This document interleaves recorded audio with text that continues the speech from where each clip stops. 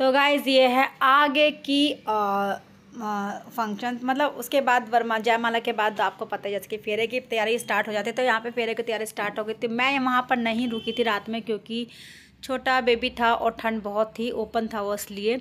तो यहाँ पर हो चुकी थी फेरों की तैयारी और हवन होता है, फेर होता है, बहुत कुछ होता है जो कि वहाँ पर होता रहा। तो क्योंकि मंत्र भी होते हैं, वचन भी होते हैं, और भी कोई पूजा होती है, कन्यादान होता है, इतने सारे रिचुअल्स होते हैं। लेकिन इन रिचुअल्स की ही अहमियत होती है और शादी होती है। तो यहाँ पर देखिए ये हल्दी की रस्म और शायद हाथ पीले करने की रस्म जो होती है, वो हाथ और पैरों दोनों पे हल्दी लगा दी जाती है। तो ये सारे रिचुअल्स हैं जो हिंदुओं में बहुत ज़्यादा होते हैं, बाकी में शायद मुझे लगता नहीं इतने होते हैं। हिंदुओं में बहुत ज़्यादा रिचुअल्स होते हैं, हर चीज़ का एक अपना ही अलग भूमिका होती है, अहमियत होती है हर वचन की, हर रिचुअल्स की। तो बस यहाँ पर पंडित जी थे और शादी हो रही थी। तो ये भी कोई रिचुअल होता है हमारे यहाँ पर कि एक आहुति हमें बिना देखे देनी होती है। देखिए दूल्हा आहुति देगा, इसमें मतलब घी डालेगा और बिना देख करके डालना होता है। ये भी एक रिचुअल होता है, क्यों होता है पता नहीं मुझे, लेकिन होता है तो वो किया जाता है।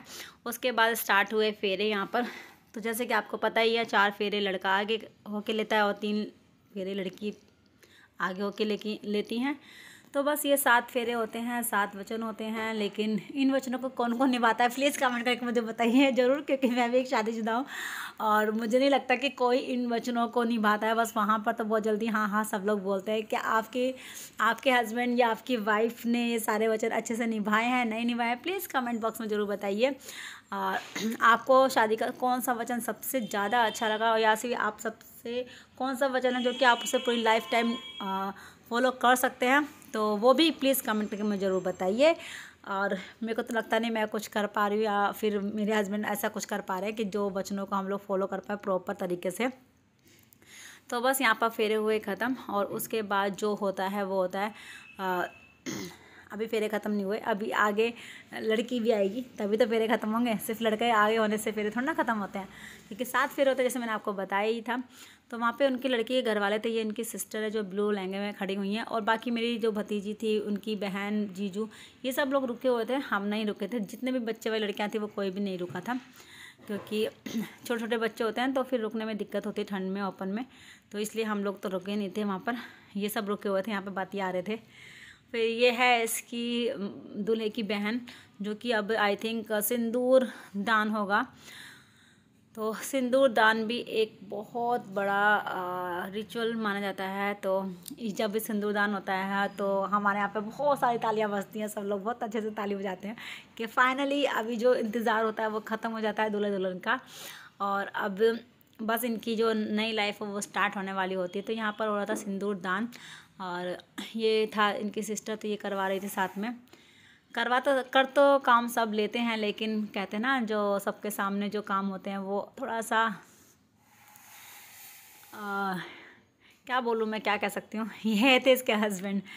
तो वो होता है ना एक दूसरे से एक सपोर्ट के बिना नहीं हो पाते हैं। तो बस यहाँ पर वो उनका सपोर्ट कर रही थी ताकि इजीली मांग भर सकें। और ये था लास्ट काम जो कि था मंगलसूत्र पहनाना, ये था फाइनल काम। उसके बाद बस यहाँ पर शादी भी समाप्त हो जाती। उसके बाद फिर उसके आगे के रिचुअल्स आएंगे जो कि मैं आपको आने वाली वीडियो में बताऊंगी। इसके बाद भी बहुत सारे रिचुअल्स होते हैं हमारी फैमिली में, तो प्लीज़ आगे देखते रहिए, आगे वाले व्लॉग में देखने को आपको मिलेगा। उसमें बहुत अच्छे अच्छे रिचुअल्स हैं, बहुत अच्छी अच्छी रीति रिवाज हैं जो कि आपको मज़ा भी आएगा देखने में। उसमें कुछ बहुत अच्छी अच्छी चीज़ें भी हैं जो कि आपको मज़ा आएगा देखने में। तो प्लीज़ कमेंट करिए, प्लीज़ ज़रूर देखिए मेरा आने वाला व्लॉग, वो आपको मज़ा आएगा देखने में। और बस ये था मंगलसूत्र पहनाने की रस्म।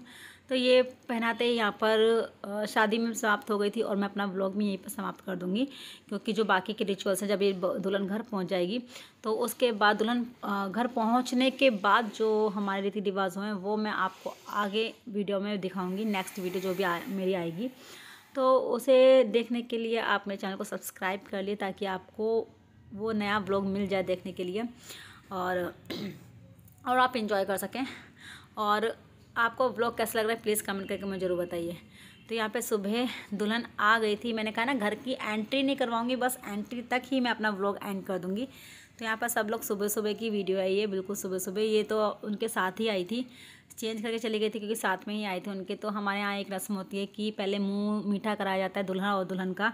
ये देखिए वही बहन करवाती है। पानी पिलाया जाता है। उसके बाद जो भी ब्राइडल होती है उसकी गोद में मिठाई का डब्बा रखा जाता है। फिर उसके बाद वो घर में एंट्री लेती है। तो मिठाई का डब्बा रखते हैं नंदो नंदोई, जैसे कि ये नंद है तो नंद ने तो खिला पिला दिया है इनको। उसके बाद जो नंदोई जी हैं वो रखेंगे इनके गोद में मिठाई का डब्बा। तो ये भी एक रिचुअल होता है हमारे यहाँ। तो उसके बाद दुल्हन उतरती है गाड़ी से, उससे पहले नहीं उतारा जाता है उसको। ये सब चीज़ें गाड़ी में ही हो जाती। पहले तो किसी के घर बिठाते थे लेकिन आजकल कोई किसी के घर नहीं बिठाता है, बस अपनी गाड़ी में से ही सारे रिचुअल्स करने के बाद गाड़ी में से ही उतार लेते हैं दुल्हन को। तो बस गाइज अपना व्लॉग मैं यहीं पर एंड करती हूँ। आई होप आपको मेरा व्लॉग पसंद आया होगा। पसंद आए तो लाइक करना, चैनल पर नए हो सब्सक्राइब करना एंड ज़्यादा से ज़्यादा शेयर करना। कल फिर से मिलते हैं नए व्लॉग के साथ, नई मॉर्निंग के साथ। Thank you so much for watching my video guys. Good night, bye bye and बने रहिए नेक्स्ट व्लॉग के लिए। आगे मिलेगा देखने को आपको बहुत कुछ। तो मिलते हैं कल, बाय।